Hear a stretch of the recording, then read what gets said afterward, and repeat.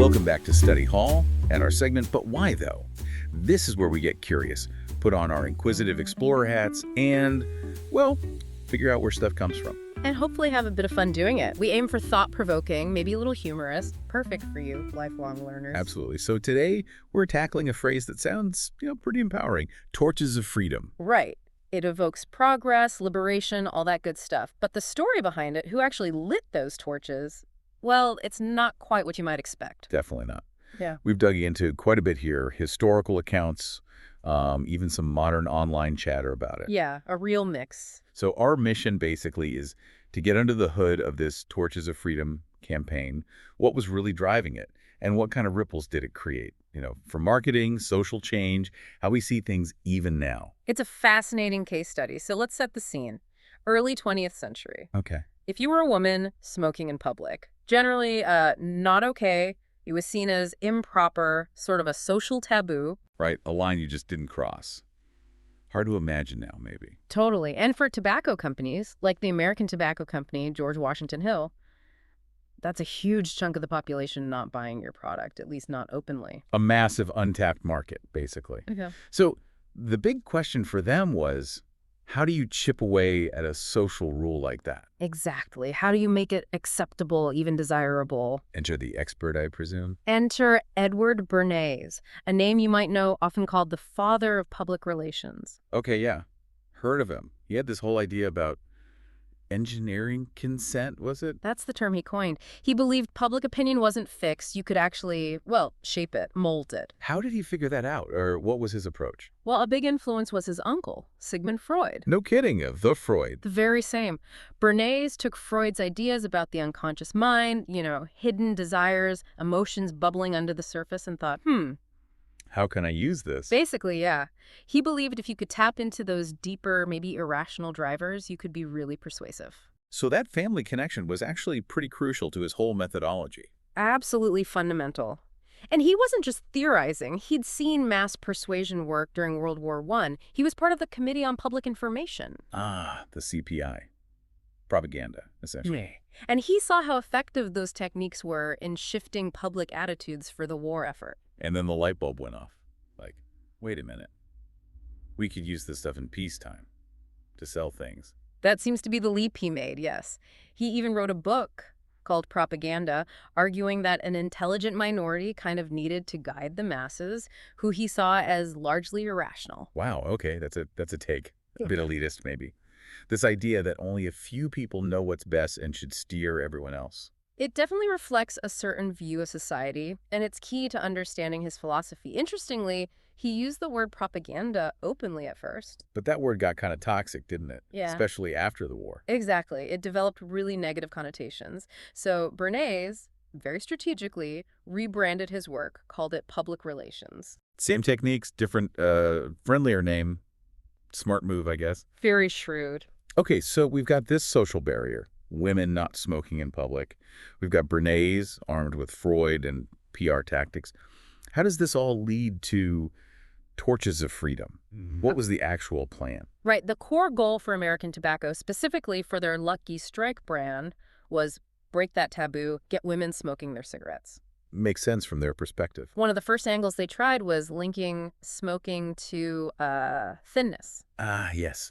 The reach for a lucky instead of a sweet idea. That's part of it. Yeah. Pushing the ideal of slim women in media, even getting some medical voices, and I stress some to suggest cigarettes could help you stay thin. Yikes. Looking back, that's pretty questionable health advice. Understatement of the century. But Bernays wanted something, deeper, more symbolic. More than just weight loss. Exactly. He consulted a psychoanalyst, A.A. Brill. Okay. And Brill had this idea. He suggested, one, that women smoking wasn't inherently abnormal, maybe linked to oral fixation, Freudian concept. But crucially, he suggested that a cigarette could be framed as a symbol of defiance, of equality, a torch of freedom. Ah, there it is. The hook.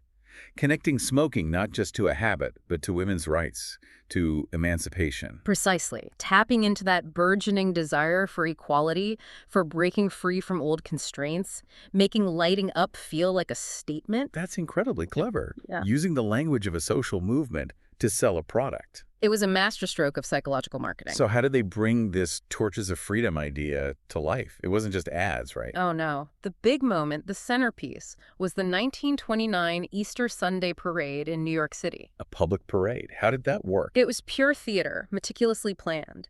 Bernays didn't just hope women would light up, he hired them. He paid women to smoke. Yep.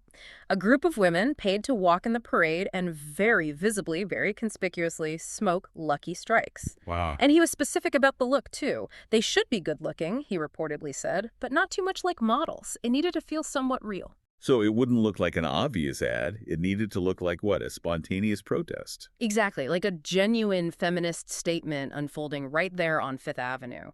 He even sent telegrams to debutantes beforehand, urging them to join in, framing it as lighting another torch of freedom against a sex taboo. He really covered all the bases, didn't he? Did he get any actual feminists involved? He did.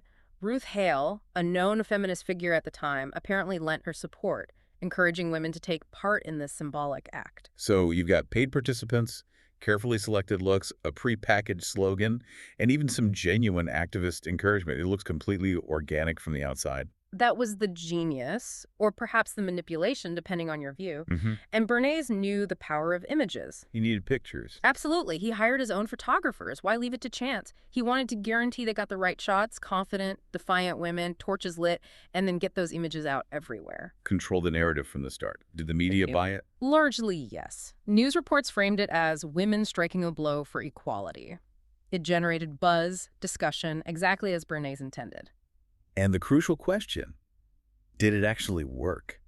Did more women start smoking?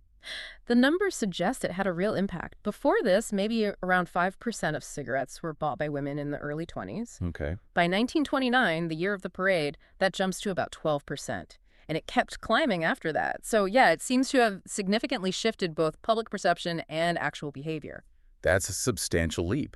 It really shows how effective this staged symbolic approach could be. And Bernays used similar tactics elsewhere. It wasn't just a one-hit wonder. Right, you mentioned other campaigns. Like the green ball for Lucky Strike. Their packaging was green, which apparently clashed with fashion at the time. So Bernays organized events, got fashion influencers involved, all to make green the trendy color of the season. Making fashion adapt to the product packaging. That's bold. Or his work for beech nut packing, promoting bacon. Got dockers to endorse the idea of a hearty breakfast, specifically bacon and eggs, as being healthier. The bacon and eggs thing. Classic Bernays. Using doctors, these trusted third parties, to lend credibility. Exactly. That third-party technique was something he used again and again, like Ruth Hale for the Torches of Freedom. It adds a layer of legitimacy. It makes you really question how many things we just accept are actually the result of some campaign from decades ago. It does, and it brings up the ethical side of all this, doesn't it? Yeah, definitely. I mean, it is innovative PR, for sure, groundbreaking even, but using feminism, a genuine movement for equality, just to sell cigarettes. That's the core criticism. People call it an early example of pinkwashing, co-opting a feminist message for commercial gain. An ad campaign isn't a social movement, right? Right. And you hear echoes of that criticism today, don't you, when corporations jump on social causes? Absolutely. You see discussions online on places like Reddit or in media studies circles drawing direct lines from torches of freedom to modern woke capitalism debates, asking, is this genuine support or just marketing? And feminists at the time, and later, must have pushed back against equating liberation with, well, smoking a harmful product. Oh, certainly. There was criticism that it trivialized genuine feminist goals and obviously promoted something unhealthy. Did Bernays himself smoke? Or acknowledge the health risks? Interestingly, reports say Bernays himself didn't smoke. And he apparently even tried to get his own wife to quit later on. Wow, so he might have had some inkling even back then while actively promoting it? It raises questions, doesn't it, about the responsibility of PR. Is it just about serving the client's interests no matter what, or are there bigger ethical considerations? Bernays seemed focused on the technique, the means of shaping opinion, rather than the morality of the cause itself. His techniques were powerful, undeniably. Appealing to the unconscious, using those third parties, staging events. We still see all of that today. It's his lasting legacy, really, for better or worse. His methods became foundational for modern PR and advertising. The documentary, The Century of the Self, really digs into this whole history, by the way. Highly recommended. We should check that out. It's fascinating how one campaign, almost a century ago, can tell us so much about persuasion and, well, how susceptible we might be. It's a powerful reminder to look closely at the messages around us. Okay, so wrapping up our deep dive on Torches of Freedom. It was this landmark PR campaign, brilliantly executed in many ways. But ethically murky. It used psychological insights, staged events, and co-opted the language of a social movement, all to sell cigarettes to women by linking smoking with liberation. It really did change the game for advertising and public relations. Definitely. It showed the power of targeting unconscious desires and shaping public perception through carefully managed news. Which leaves us and you with a final thought to chew on. How much has really changed? When you see a brand aligning itself with a cause today, how much is genuine and how much might be? Well, Bernays-style engineering of consent. Are we better equipped now to see through it, or are the techniques just more sophisticated? Something to keep in mind as you navigate the world. Keep questioning, keep exploring. Thanks for joining us on But Why, though?